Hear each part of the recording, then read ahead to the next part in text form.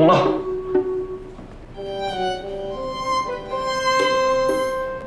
你说你到底怎么回事？啊？之前我让你去搞定张亚楠，你不行，收购的计划也黄了。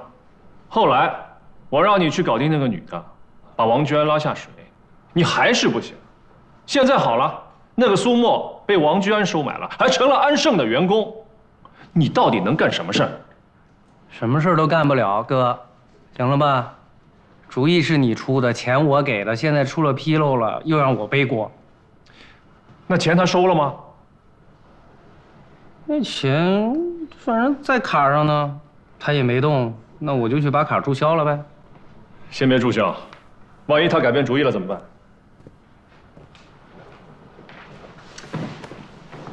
朱哥，这个事儿过去这么久了，他就是改变主意，把我们的钱拿走，不帮我们办事儿，我们能拿他怎么样呢？你缺那30万吗？我缺。行了，不说这个了。我问你，收购的计划，你是不是放弃了？那倒没有，改造计划在进行，生米煮成熟饭了，那我能怎么着呢？你们安盛广场是不是有个姓于的？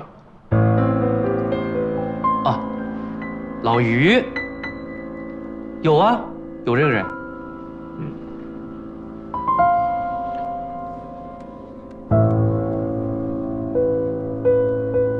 听说你们采购部出了点状况，不是我们的问题。王居安非要弄个什么3方比价，供应商的关系都被搞僵掉了。就是那家电梯公司，做电梯哪儿都出问题的那家。年限那么长了，试机器总会有这样那样的问题。我有几个胆子啊？明知道有问题，还敢在这上面玩花头？不能就做一点小问题就无限放大，是吧？你少来这套！你个采购部经理，就被一个3方比价难住了。3方比价，重要的是3方，3方。要是安盛一直是您来管就好了。啊，这话可不敢这么讲的啊，不好这么讲的哦。这管理公司呢，就是该放放，该收收。不过如果产品质量有问题的话，那可就是自掘坟墓了。王总，您放心，质量这一块我来把关。这一次如果电梯再有任何问题，我这采购部经理就不要当了。上道。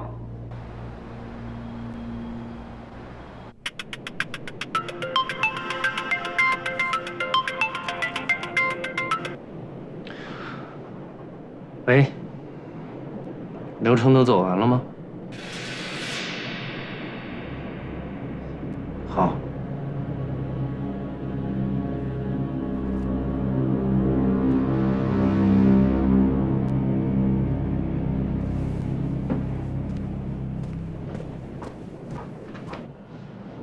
虚假比价。是啊，就像土地竞标当中陪标的玩法一样，找2家小公司呢抬高报价，再让自己心仪的公司脱颖而出。这我都不懂，还要你教我？我知道您一清二楚，我呢就是个小学生，略知一二。不过你看我在这儿的时候，没人敢这么玩啊。那我哥一接手，去搞了个什么3方比价。这听起来很美好啊，但是具体实施起来我就觉得有问题。还没等提醒他呢，人家已经把合同签完了。你是说王居安在制造虚假比价，收取回扣？我觉得这个不至于，王居安看不上这点小钱，他呀就是在国外待的时间太久了，对国内的情况不是很了解。这事儿是老于干的？是老于干的，证据确凿，都在这儿呢。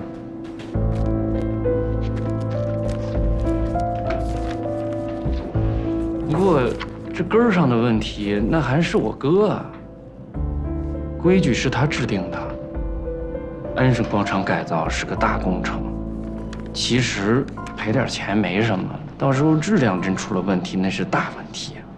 所以我觉得我哥这个 CEO，那你的意思是，应该由你来干？我没这个意思啊，我就是觉得董事会是不是应该重新考量一下这个事儿啊？现在总得有人来接这个烂摊子，首先要终止那份采购合同。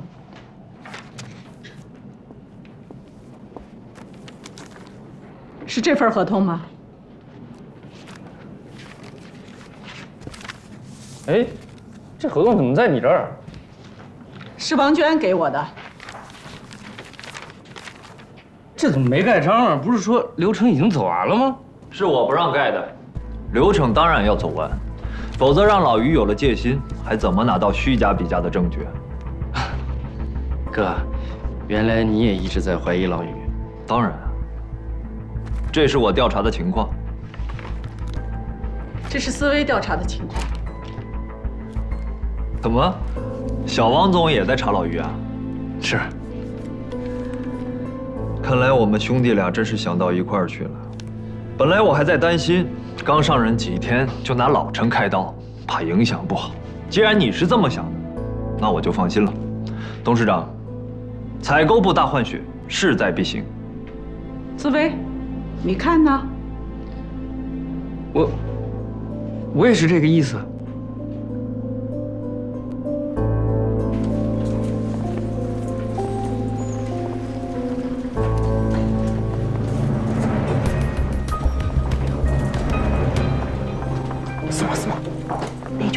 部经理老于和工程部经理，听说拿了电梯供应商的好处，还在外边找公司虚假报价，这够拼的呀！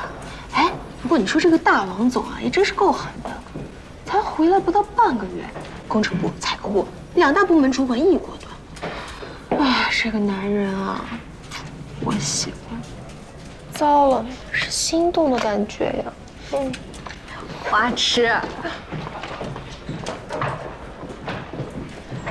不过也真是啊，王总这么雷厉风行，应该会得罪不少人吧？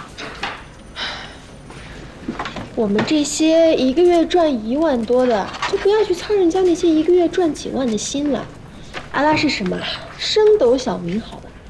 需要做的就是坐等吃瓜，静看大王总如何升级打怪。看热闹不嫌事儿大，那2个倒霉蛋呀，说白了就是炮灰。什么炮灰不炮灰的？丛总，电梯供应商不出事还好，一出事就是谁都罩不住的大事儿。是，丛总。不过老于应该算是老员工了吧？现在这个社会，还有谁跟你拼功力？职场本身就是一个不能出众就只能出局的地方，常在河边走，还能不湿鞋？是。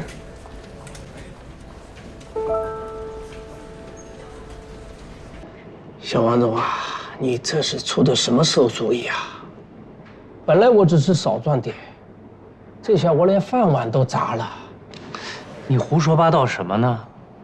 我出什么主意了？那天你不是……是我让你的朋友到公司来浑水摸鱼了？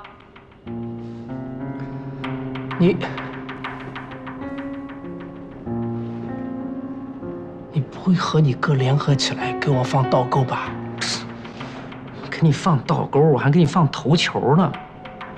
我和王居安的关系不至于，没到那个程度。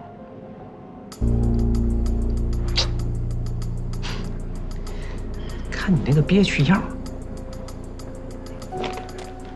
找工作需要时间，这点你先拿着。怎么了？嫌少了？谢谢王总。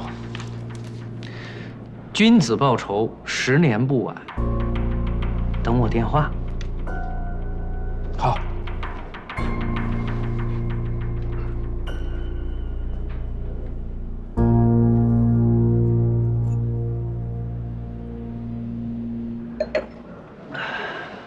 今天上证指数重回3000点，安盛集团成功追加贷款的重磅升级的消息一经传出，其股价在上午10点涨停封板，可见投资者们也在第一时间表达出了信心和关注。而此前传出的安盛集团出售旗下百货业务的谣言则不攻自破。据悉，安盛升级改造之后，将全方位的打造中高端市场的购物体验。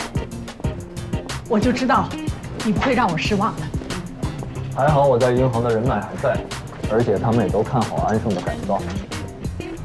我听说，你现在凡事都是亲力亲为，有的时候连饭都顾不上吃，可别累坏了啊！要不然这样吧，我让老徐过来帮你吧。徐总论威望、论资历，那都是1顶1的，给我打下手太屈才了。我的事儿，找个助理就行。哎呦，这老曹是怎么回事？堂堂的 CEO 连个助理都没有。这也不能怪他，是我让他交给我自己处理的。那好吧，你自己的人你来定，有你回来帮我，真的是太好了。只是太辛苦你了。谈不上辛苦，为了安盛再辛苦都是值得的，都是自己家的事儿嘛。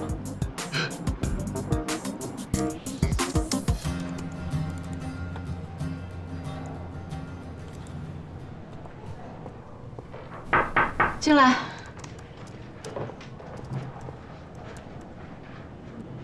什么事？丛总，我想找您谈一谈。你说。我进公司已经半个月了，同事对我都挺照顾的，我做的也很开心。可是想来想去，好像觉得自己没干什么正事儿。所以呢？我在老家有一些招商的经验，所以我想尝试着接手项目，哪怕是很小的项目。老家是老家，上海是上海，我这里随便一个小的项目，少说也是每月几10万租金的合同，跟你以前小打小闹完全不一样。我知道，在帮他们整理合同的时候，我都留心过，凡事都有第一次。我希望您能给我这个机会，即使不能像丛总这样优秀，我也不想干等出局。这是我最近在跟的一家高端餐饮，你先看起来，等机会看能不能找其他同事带你一下。谢谢丛总，我会努力的。从今天开始，天宇担任总裁助理，大家相互认识一下。开始吧。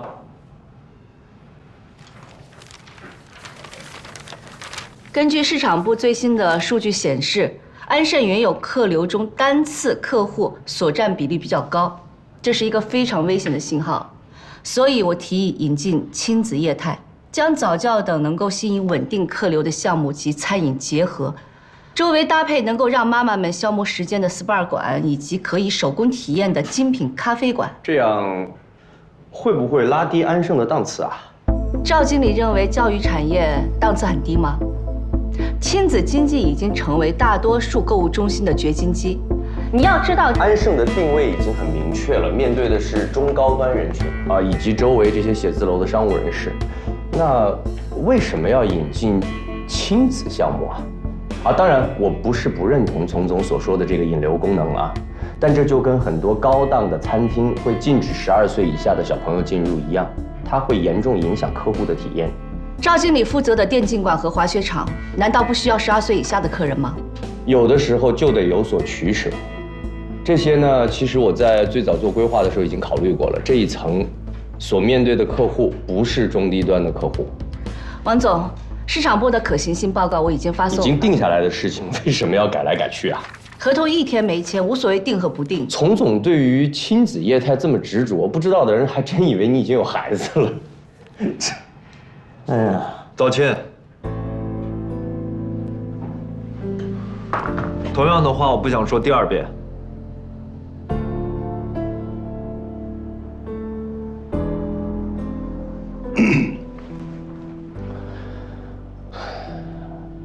对不起。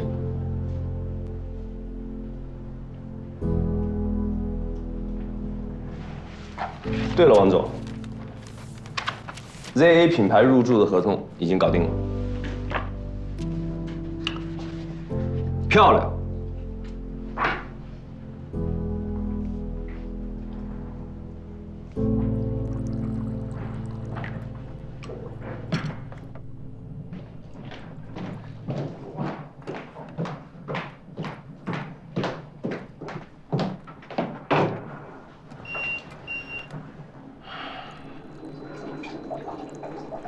从柔，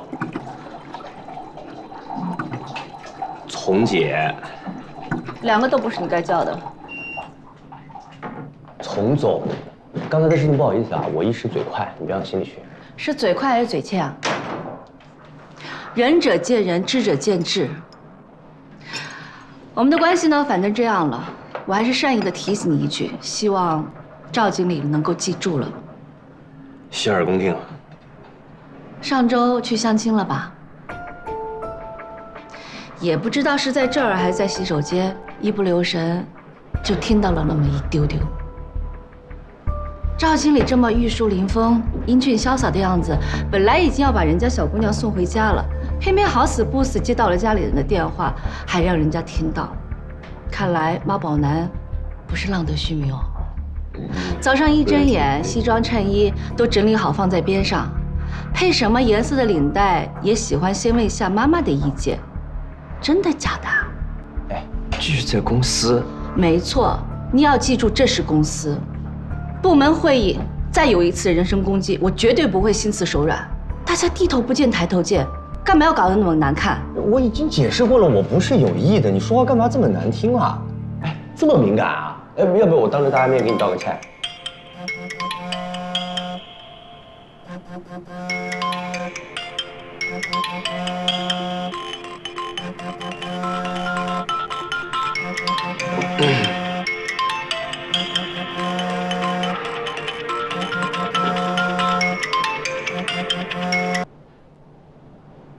怎么这么糗啊？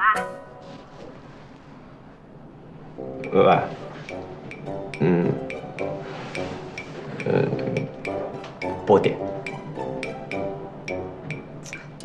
根据条文。哎呦，侬烦死他了，随便呀，我才可以啊。那我要再摆了。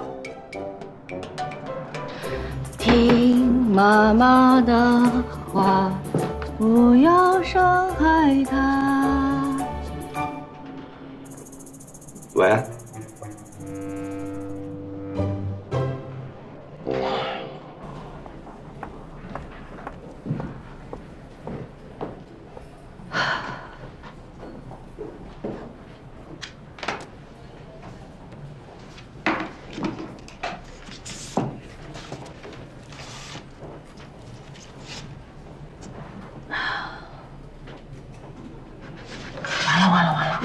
丛总真的生气了。我觉得赵总没说什么，是不是他那个来了有点太敏感？你想法太简单了。丛总什么人？怎么可能为了口舌之争没完没了的？他真正的心病啊，是1、2部合并之后，一把手到底谁来做？算了算了，这种时候啊，还是避开的好。我见客户去了啊。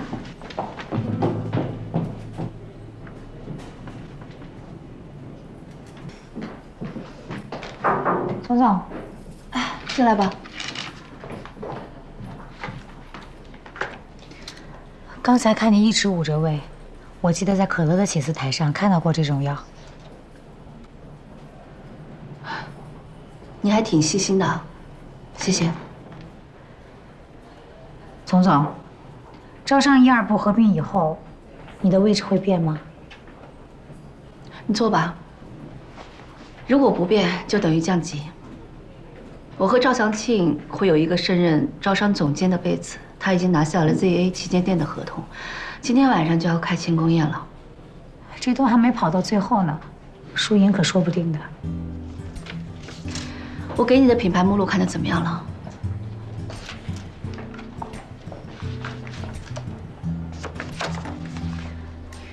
这是我自己做的一些备注。这家高端火锅是目前国内市场份额占比最大的创意火锅，我觉得我们可以深入了解一下。碰巧我之前在老家做过一个类似的项目，但是体量肯定没有这个大。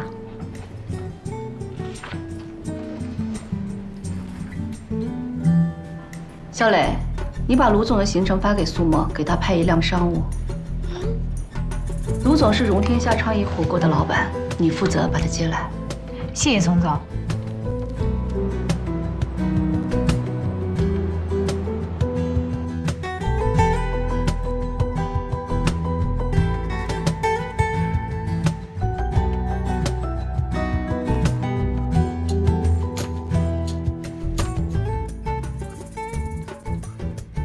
融合菜不是简单的把各种菜系混搭在一起，而是力求将不同的烹饪方式有机的结合。我们的融合火锅不但包含四川的麻辣火、潮汕的牛肉火、北京的涮羊肉等等经典的火锅的精华，还有创新的干锅吃法。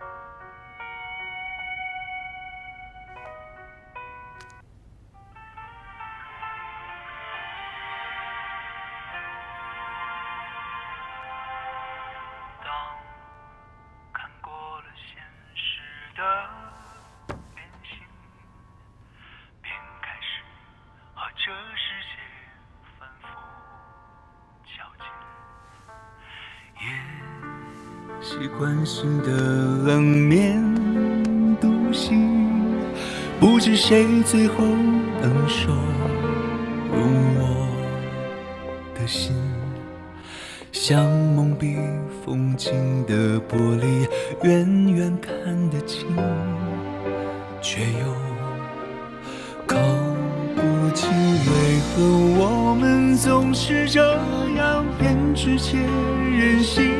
伤人的话让人疼痛欲尽，却要故作透明。为何我们面对着彼此要那么理性？温热的心隐形，这不对谁无益。其实连自己都骗。王总，周末愉快，加班是有补贴的。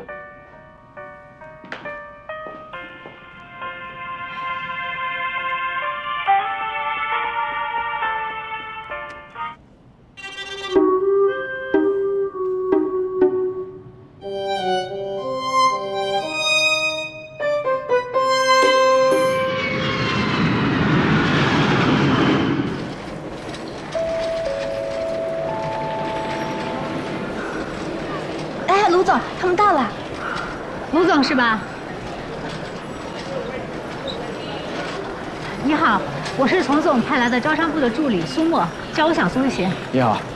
车已经在外面等了，两位这边请。请。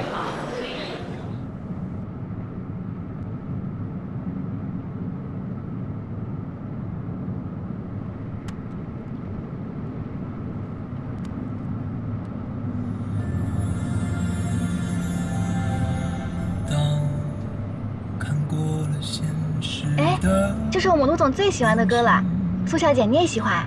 我听歌不在乎是谁唱的，只是很喜欢这首歌的词。英雄所见略同。卢总，咱们是先去酒店休息吗？先去安城吧。好，好的。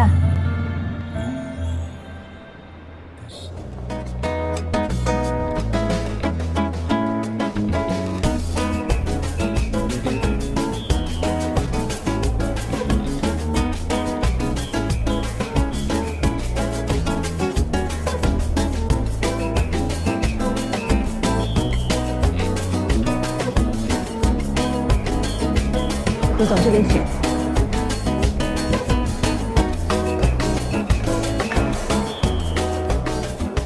因为逐层封闭装修的关系呢，客流量暂时性的减少。不知道卢总看了刚才店铺还满意吗？这可是名副其实的黄金店铺，有女装大牌和手机、数码体验店的引流。卢总，客流方面你大可放心。至于装修补贴这一块，我一定会给卢总争取到最大的优惠。我考虑的不是这个问题。刚才转了一圈，我发现同一层还有一家火锅店。丛总，这么重要的事情，你怎么没跟我说呀？这应该是2部之前签下来的。啊，那是赵总负责的项目，停业装修中。不过这对卢总的创意火锅店影响应该不大。我是火锅世家的第3代传人，虽然不害怕竞争，但是同行业同楼层的竞争，似乎有点搬起石头砸自己的脚吧。不过千里迢迢我来到上海，丛总在这个项目上又花这么多心思，看在丛总的面子上，我可以换个位置。啊，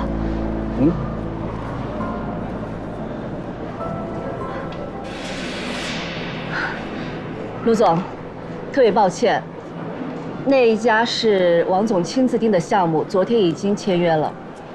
啊，是吗？那太可惜了。哎，陆总，你不要慌嘛，到底是哪里不安逸？你四川的？这湖南人吃辣，四川人吃麻，每个人的需求不一样，打死的点不一样。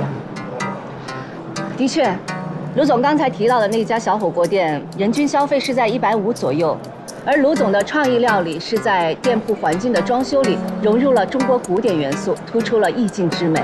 主力消费呢是人均500的高端人士，根本无所谓跟那家小火锅店打擂台。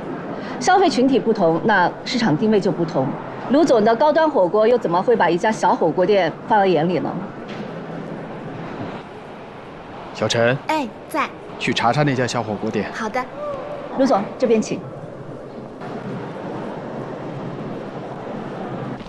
苏沫，你跟那个卢总是老乡呀，关键时刻方言一出，距离一下子就拉近了。实话跟你说吧，刚才那场面，我再多说一句就露馅了。什么意思啊？我哪里会说四川话？只是当年有个大学同学是四川的，经常听他讲。刚才那2句都是我昨天晚上找小视频突击的。卢总接下来什么行程？暂时还没订回程的机票。看来刚才是演戏啊，存心要压价。赵经理，干嘛？听说你在姓卢的面前黑我们2部的小火锅。哎，你搞清楚啊，这也是公司的项目。见人说人话，见鬼说鬼话，这不是销售的必备技能吗？再说了，就算咱俩有冲突，你觉得王总会选哪一个？哎呦呦呦呦呦，您这是要最后冲刺了是吗？你志在必得的东西，我当然也会全力以赴。毕竟，你的眼光不错的。承蒙夸奖。走好不送。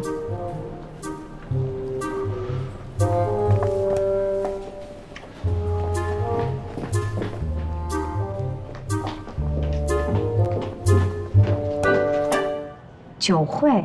怎么，没空去吗？不是，我没有参加过类似的活动。别紧张，一回生二回熟。今天是答谢酒会，其实就是几个地产老总和供应商一起聚一聚，交换一下资源，联络下感情。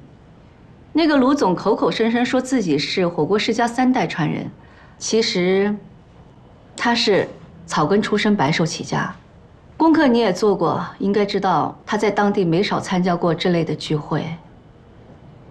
你的意思是说，卢总很喜欢参加这类活动？我找王总要的邀请函，你亲自给他送过去。好。你这一身可不行啊。放心，我会准备好的。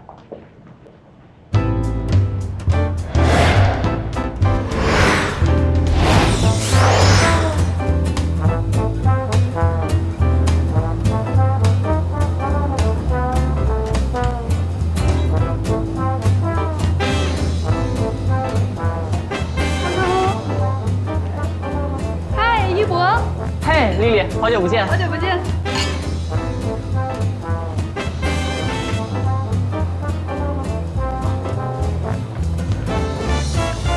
苏沫，放松一点啊，没关系的。你看那边个子高高的女的吗？她是珠宝协会的。那边那位男士，他是公关负责人，以后跟我们招商部打交道会多一点。一会儿介绍你认识。谢谢宋姐。你随便转一转，我过去打个招呼。好的。刘太太，哎，你好，丛总。哎，你好，好久不见啊！好久不见。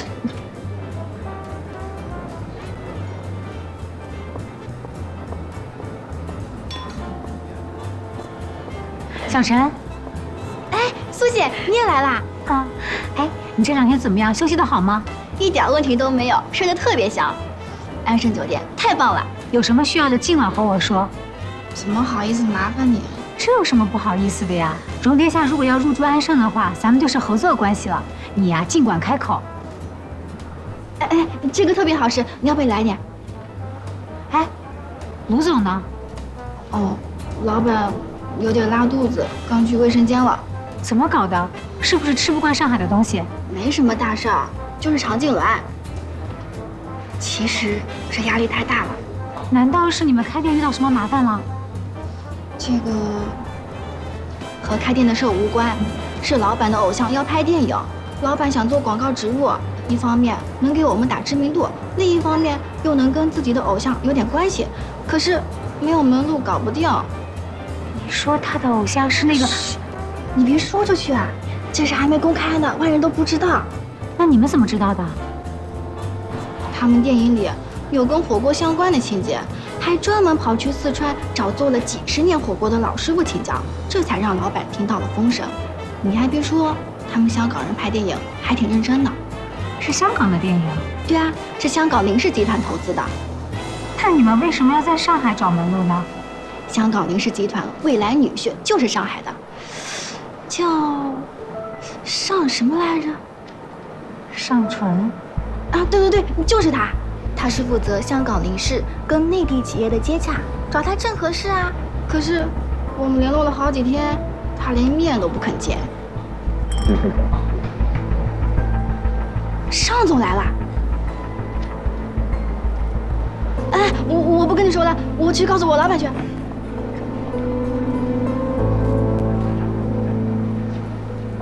苏小姐，卢总，尚总来了，在那呢。恭喜苏小姐如愿以偿进入安盛，要不要喝一杯？我不会和你喝酒。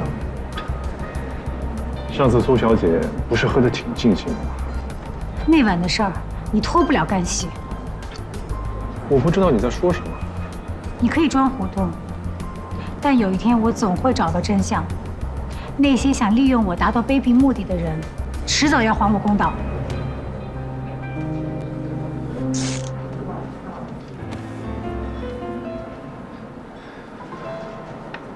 质量这么差，还好意思穿出来？哎，你干什么？别动，小心扎到你。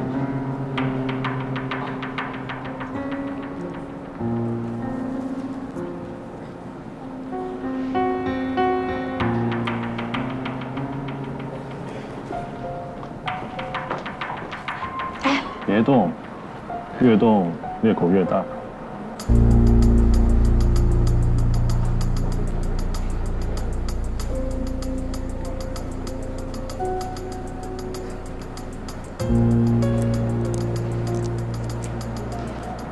好了，你运气不错，这胸针跟你的衣服还挺搭的。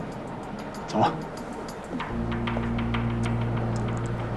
哎，苏小姐，苏小姐，原来你跟尚总关系这么好啊，帮我们介绍认识一下。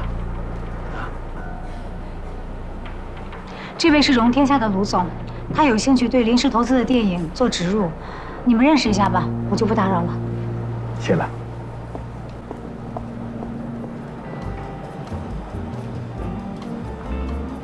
你怎么不带个胸针啊？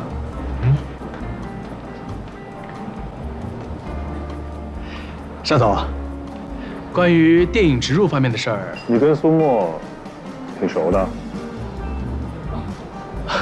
熟，当然熟了。我们荣天下呀，计划入驻安盛广场。啊，这样啊。再说吧。哎，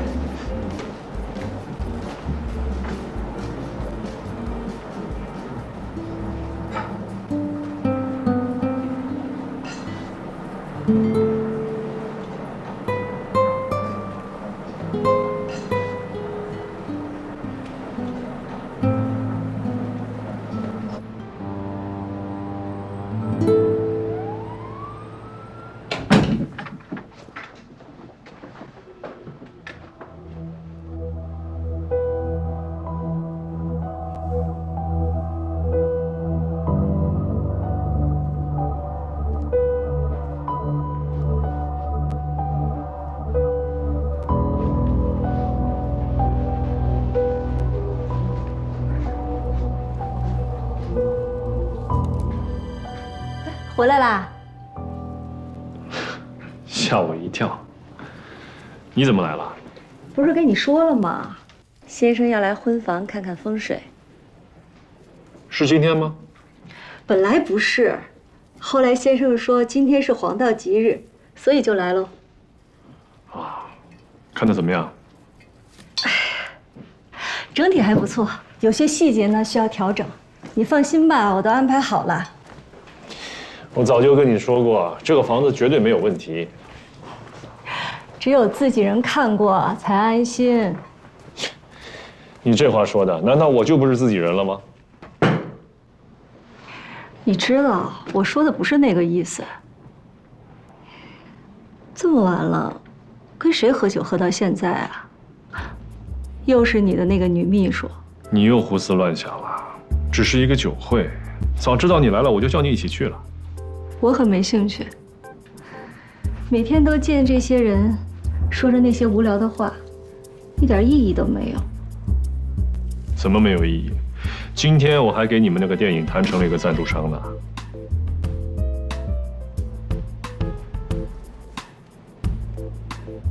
你真的去了酒会？那这个胸针怎么没了？不知道什么时候掉了吧？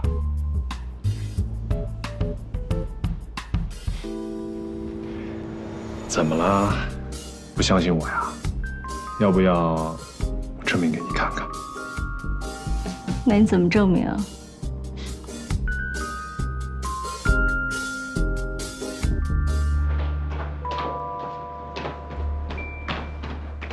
哎，哥，你回来了，帮我看一下这个，我现在没空。哦，你让我看什么呀？就这道题，这道题不太确定，不太会，你帮我看一下。我不是给你找了1对1的数学辅导了吗？人家又不是24小时上班。对，就你哥是1年365天，1天24小时，随叫随到，有求必应，对吧？挺有自知之明。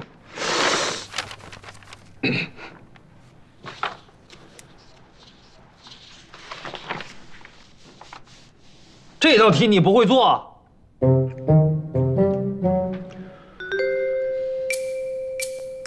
你已经通过辅助线 AE 和等边三角形特性把第1小题解出来了，对吧？嗯。第2小题就通过辅助线构成的矩形 E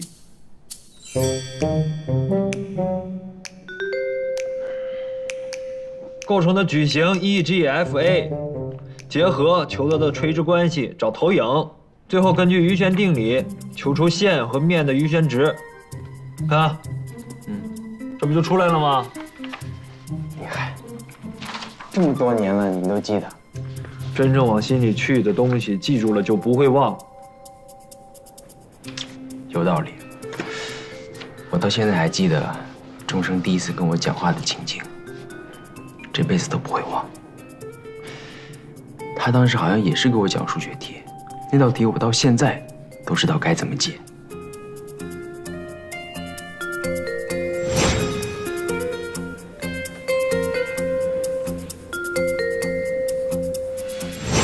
哎，对了，哥，钟声他姐在你那儿干的怎么样？很好啊，特别好，都好到竞争对手那儿去了。什么意思？他惹你生气了？跟你又没关系，问那么多干嘛？下一道。就下一道我会做。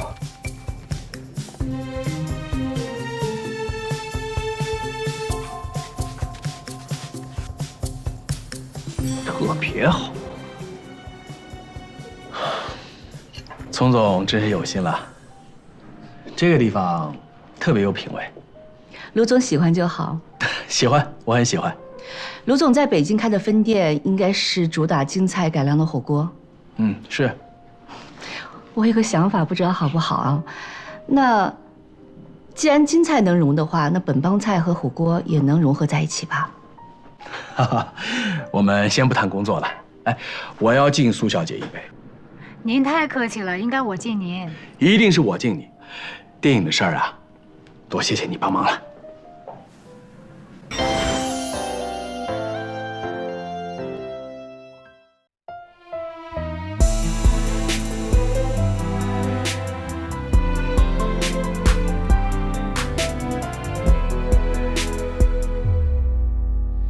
如一场浮华盛宴，我们无路可回。